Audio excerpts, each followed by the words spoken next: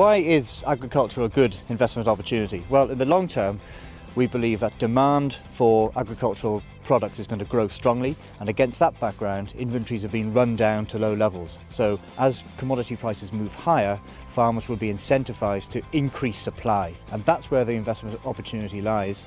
This fund is investing in companies that provide inputs to farmers. They sell fertilisers or seeds or chemicals or equipment to farmers, and as farmers grow more crops, increase their supply, they will be using more of those goods and services. In terms of what Desmond and I do on a day-to-day basis, we research companies. We don't sit down and try and work out what the price of a commodity will be at any point in the future. We don't do that. We research equities, and part of that research involves travelling to some of these companies.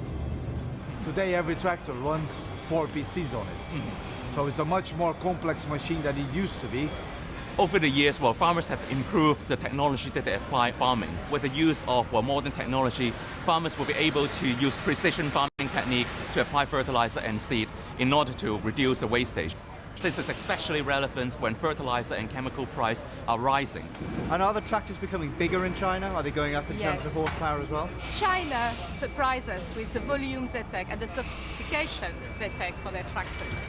The tractors are all pre-installed with the software so that everything will work immediately. Tractors like this are actually heavy capital investment for farmers. In the past, when farms are of very, very small size, farmers would simply not be able to justify this type of investment. But right now, with the consolidation of small farms around the world, especially in the developing markets, farmers would actually see the scalability of farming operation to justify this sort of capital investment decision. This has been a very interesting trip because we've been able to speak to people working at that plant rather than the CEO, so we do get a different perspective on the business. We've also got some useful information, not only on the market for equipment in the UK, but more importantly globally, particular places like China. In this field, the farmer's growing wheat, and the yield here is expected to be very good, around 10 tonnes per hectare, which is much better than the global average, which is about 3 tonnes per hectare. The farmer has bought good quality seeds. The farmer will use fertiliser and pesticides and herbicides, and that's why the yield is good. Farmers right now are in a very strong position to reinvest into the farming operation. So products like this that we see here, including fertilizer, chemicals and seed, farmers are actually spending more money on these products so they can make sure that they can get good yield out of the farms.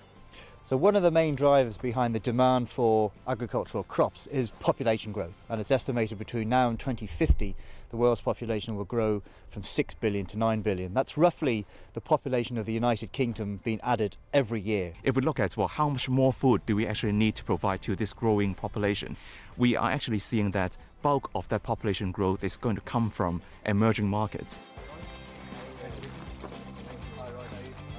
Demand for protein is growing globally, and this is because people are becoming wealthier. In Asia, for example, incomes are going up, and one of the first things people do once they reach a certain income level is improve their diet, and they do that by eating more protein. And this has very significant consequences for farmers because they need to grow more crops in order to feed those animals. So for example, here we have a 25 kilogram bag of feed. If we feed this to these pigs, we'll only get about 8 kilograms of pork meat. If we were to feed this to some cattle, we'd only get about 3 kilograms of beef. Chinese protein consumption is increasing, and if China go to the same level as Korea on a per capita basis in terms of protein consumption, their demand for protein will increase by 27%, which on a global basis will represent a 9% increase in global protein demand. Agriculture is a young and growing sector, especially in emerging markets. That's why government is playing a very strong role in order to promote the proper farming practice.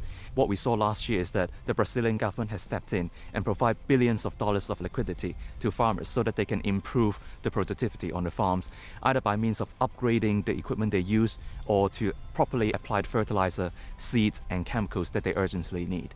We've got some wheat here. Now, global wheat stocks are relatively high at the moment, so that's why the wheat price is quite depressed. But the high level of stocks is good for some of our investments because companies like Bunge and Archer Daniels, who are involved in buying the crop off farmers, transporting it and storing it, do well when volumes are high. Biofuel production is one of the key demand drivers behind agriculture. With all the government mandates in place around the world is going to need more food in order to feed into this growing sector. Myself and Desmond are part of the natural resources team, which consists of about 10 fund managers, which focuses on commodity equities. In the case of agriculture, fertilizer companies are mining companies that we have been following for a long time.